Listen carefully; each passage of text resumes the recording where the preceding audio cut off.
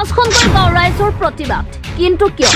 টিহু আখৰা গড়কাপ্তানি পথ পুনৰ নিৰ্মাণৰ দাবীত বৰগাঁৱত পথ অৱৰোধ ৰাইজৰ নৰোদ নভোট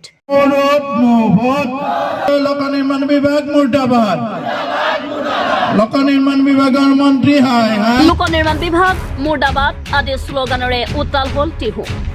আখৰা লোক নিৰ্মাণ পথ পুনৰ নিৰ্মাণৰ দাবীত বৰগাঁৱত পথ অৱৰোধ কৰি ৰাইজে সাব্যস্ত কৰিলে তীব্ৰ প্ৰতিবাদ দীৰ্ঘ বছৰে অতি ব্যস্ততাপূৰ্ণ আৰু গুৰুত্বপূৰ্ণ টিহু আখৰা গড়কাপ্তানি পথ মেৰামতি নকৰাৰ ফলত বিধ্বস্ত হৈ পৰা যাতায়াতৰ বাবে অনুপযোগী হৈ পৰে জহি খহি যোৱা পথটোৰ মাজত প্ৰকাণ্ড গাঁতৰ সৃষ্টি হোৱাত ইতিমধ্যে কেইবাটাও দুৰ্ঘটনা সংঘটিত হৈছে বিভাগীয় কৰ্তৃপক্ষ তথা স্থানীয় বিধায়ক মন্ত্ৰী ৰঞ্জিত কুমাৰ দাসক পথটো মেৰামতিৰ বাবে ৰাইজে বাৰম্বাৰ দাবী জনাই আহিছে যদিও আজিলৈকে কোনো সুফল নোপোৱাত শুকুৰবাৰে ৰাজপথলৈ ওলাই আহি প্ৰতিবাদত বহে অঞ্চলটোৰ কেইবাখনো গাঁৱৰ ৰাইজ টিহু আখৰা গড়কাপ্তানি পথৰ বৰগাঁৱত উক্ত পথটো অৱৰোধ কৰি বিভিন্ন শ্লোগানেৰে উত্তল কৰি তোলে প্ৰতিবাদস্থলী পিছত টিহু ৰাজ্য চক্ৰ বিষয়া বিভাস পাঠক উপস্থিত হৈ লোক নিৰ্মাণ বিভাগৰ বিষয়াৰ সৈতে যোগাযোগ কৰি অতি সোনকালে পথটো পুনৰ নিৰ্মাণৰ প্ৰতিশ্ৰুতি দিয়াত ৰাইজে পথটো মুকলি কৰি দিয়ে অতি সোনকালে পুনৰ নিৰ্মাণৰ কাম আৰম্ভ নকৰিলে ৰাজ্যে পৰৱৰ্তী সময়ত আৰু কঠোৰ প্ৰতিবাদী কাৰ্যসূচী গ্ৰহণ কৰাৰ হুংকাৰ দিয়ে আমাৰ যি সমস্যা এই সমস্যা সমাধান কৰাৰ ক্ষেত্ৰত ভোটদানৰ মাজেদি অকল সমস্যা সমাধান নহয় আমি ক'ব লাগিব আমি তেওঁলোকক ৰাজপথলৈ নমাই নিব লাগিব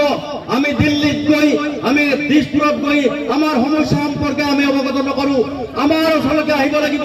আমাৰ ওচৰত আহি তেওঁলোকে জবাব দিব লাগিব কিয় এই ৰাস্তা নিৰ্মাণ হোৱা নাই তাৰ কাৰণে আমি সাজু থাকিব লাগিব আৰু পৰৱৰ্তী সময়ত তাৰ জবাব দিয়াৰ কাৰণে আমি সাজু থাকিব লাগিব যিয়ে চৰকাৰত নাথাকক কিয় যে ডাঙৰ প্ৰতিনিধি নহয় কিয় যে মন্ত্ৰী নহয় কিয় তেওঁলোকে আমাৰ পৰা ভোট লৈ তেওঁলোকে মন্ত্ৰিত্ব গ্ৰহণ কৰিছে তেওঁলোকৰ ভোটৰ মাজত হোৱা নাই আমাৰ জনসাধাৰণৰ টকাৰে তেওঁলোকে সকলোবিলাক কৰি আছে আজি মূল্য বৃদ্ধিৰ মাজেদি আমি কৰ কাটল দি আছো এই টেক্সৰ মাজেদি উন্নয়ন কৰিব লাগে সেই উন্নয়নৰ ক্ষেত্ৰত তেওঁলোকে ঘৰত পইচা ব্যৱহাৰ কৰা নাই আমাৰ জনসাধাৰণৰ প্ৰতিটো বাল্টেজৰ লগত জড়িত সেই টকাৰে তেওঁলোকে উন্নয়নৰ কাম কৰিব লাগিব আৰু তাৰ কাৰণে দায়িত্ব চৰকাৰৰ এই দায়িত্ব গ্ৰহণ কৰাৰ কাৰণে তেওঁলোকক বাধ্য কৰাব লাগিব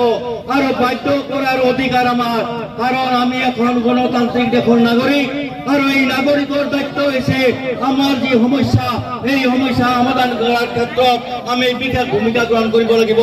অতি দুখ আৰু পৰিতাপৰ বিষয় মই এই ৰাস্তাৰ সমস্যাৰ লগতে এটা কথা ক'ব বিচাৰিছোঁ আপোনালোকে জানে বিভিন্ন সময়ত সংগ্ৰামৰ মাজেদি আজি টিহু সমষ্টি ঘোষণা কৰিছিল টিহু সমষ্টি ঘোষণা কৰাৰ পিছত আজি টিহু উপজিলা হিচাপে ঘোষণা কৰিছিল মাননীয় মুখ্যমন্ত্ৰী ডাঙৰাই সিদিনা উপজিলা যেতিয়া ঘোষণা কৰিছিল টিহুৰ পৰা আখৰা চকৰ পৰা টিহুলৈকে কিছু অংশ আগতে শিয়ালমাৰীলৈকে হৈছে শিয়ালমাৰীৰ পৰা এতিয়া অকল মানে আমাৰ টিহুলৈকে এই 3 কিলোমিটাৰ যদি হৈ যায় নিশ্চয়কৈ 3 কিলোমিটাৰ হাজাৰ লোক আছে বিগত ইলেকশ্যনত এই গোটেই মানুহখিনিয়ে ইয়াৰ যি প্ৰতিনিধি ৰঞ্জিত দাস তেখেতকেই ভোট দিছিল এটাই আশা যে তেখেতেও প্ৰতিশ্ৰুতি দিছিল যে এই ৰাস্তাটো বনাই দিব আজিলৈকে বনাই দিয়াৰ কোনো আমি আশাই দেখা পোৱা নাই বিভিন্ন প্ৰতিশ্ৰুতিৰে আমাক মানে অকল বিপথে পৰিছিল শুদ্ধ কথা এতিয়ালৈকে আহি পৰা নাই যিহেতু হোৱাগৈ নাই আমি আশা ৰাখিম তেখেতসকলে সোনকালে এই পথটো উন্নয়নৰ ব্যৱস্থা কৰিব তাৰমানে আমাৰ এতিয়া অসম চৰকাৰক আৰু আপোনাৰ হিমন্ত বিশ্ব শৰ্মা ছাৰক এটাই ৰিকুৱেষ্ট আছে যে আমাক ৰাস্তা লাগে আমাক অতি সোনকালে যিমান সোনকালে পাৰে আহি আমাক ৰাস্তাটো কৰি দিয়ক বাকী চব জাগাত চাওক আপোনাৰ সৰু সুৰা গাঁৱত আপুনি গ'লেও গম পাব ৰাস্তাবিলাক ইমান ভাল কিন্তু আমাৰ ইয়াত এইটো কিমান ইম্পৰ্টেণ্ট ৰাস্তা এৰে পৰা আমি নলবাৰী অতি সোনকালে যাই পাওঁ ইমান ইম্পৰ্টেণ্ট ৰাস্তা হোৱাৰ পিছতো আমি কিন্তু একো পোৱা নাই আৰু ভোট দিও একো লাভ পোৱা নাই আমি ইমান দিনে আমি এইটো চৰকাৰকে ছাপোৰ্ট কৰি আহি আছোঁ আমাৰ গাঁওখনে ছাপোৰ্ট কৰি আহি আছে কিন্তু আমি একো লাভ পোৱা নাই চ' আমাৰ এটাই ৰিকুৱেষ্ট বাৰিষাৰ সময়তো বহুত এক্সিডেণ্টো হয় মই একচুৱেলি স্কুলত কাম কৰোঁ মই সদায় অহা যোৱা কৰিব লগা হয় আমাৰ কঁকালৰ পেইন বিষ হৈ গৈছে তিৰোতা মানুহৰ যে বহুত অসুবিধা হৈছে চবৰে অসুবিধা হৈছে সৰু ল'ৰা ছোৱালীৰো বিৰাট অসুবিধা হৈছে